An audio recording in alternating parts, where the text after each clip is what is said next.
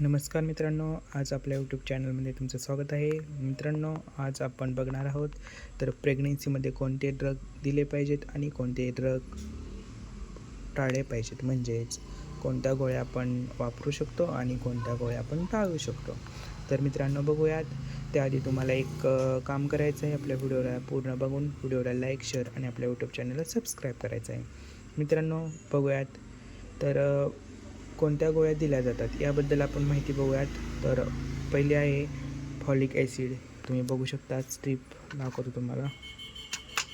बघा, folic acid ही गोळी आपण प्रेग्नेन्सीमध्ये देऊ शकतो, कारण गर्भधारणा होण्याआधीपासून ही गोळी चालू केली जाते.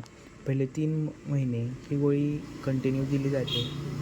गर्भधारणातील न्यूरल ट्यूब डिफेक्ट्स टाळण्यासाठी ही फॉलिक ॲसिडची गोळी वापरली जाते. बघा, तर न्यूरल ट्यूब डिफेक्ट्स म्हणजे काय तर बघूयात आपण. न्यूरल ट्यूब डिफेक्ट्स म्हणजे बाळाचा मेंदू व स्पायनल कॉर्ड हे पूर्ण 9 महिने बंद करते. तर त्यासाठी फॉलिक ॲसिड ही गोळी दिली जाते. न्यूरल ट्यूब डिफेक्ट हे बाळाचे स्पायनल कॉर्ड आणि मेंदू पूर्णपणे बंद करते आणि बाळाला अपंगत्व, बहिरे किंवा काही प्रकारांमध्ये बाळाचा मृत्यूही जाऊ शकतो. असे काही किस्से घडतात. तर त्यासाठी फॉलिक ॲसिडची गोळी दिली जाते. त्यानंतर आयर्न आणि कॅल्शियमही दिलं जातं. तर ह्या गोळ्याही आपण 9 महिने खाऊ शकतो. किंवा विटॅमिन D3 ही गोळी सप्लिमेंट म्हणून पण दिली जाते.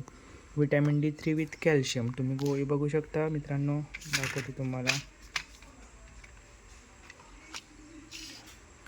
हे बघा.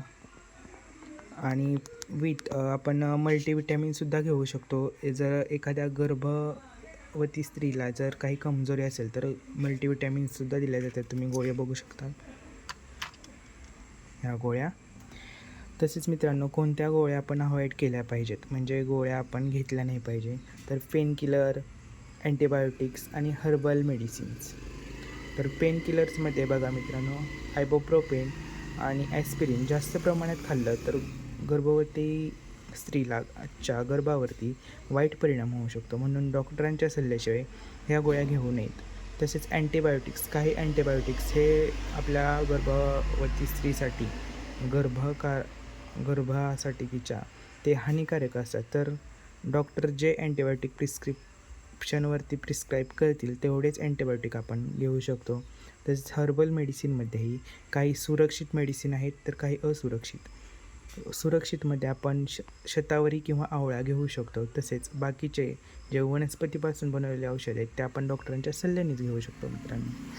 मित्रांनो, आयर्न, कॅल्शियम, फॉलिक ॲसिड यांचा गर्भ अवस्थेत आपण नियमित वापर करू शकतो. तसेच पेनकिलर, सेल्फ मेडिकेशन आणि हर्बल मेडिकेशन हे डॉक्टरांच्या सल्ल्यानेच घेऊ शकतो. तर मित्रांनो, आजचा व्हिडिओ इथंच थांबतो. आणि व्हिडिओ आवडला असेल तर व्हिडिओला लाईक, शेअर आणि आपल्या यूट्यूब चॅनलला सबस्क्राईब करा. थँक्यू मित्रांनो.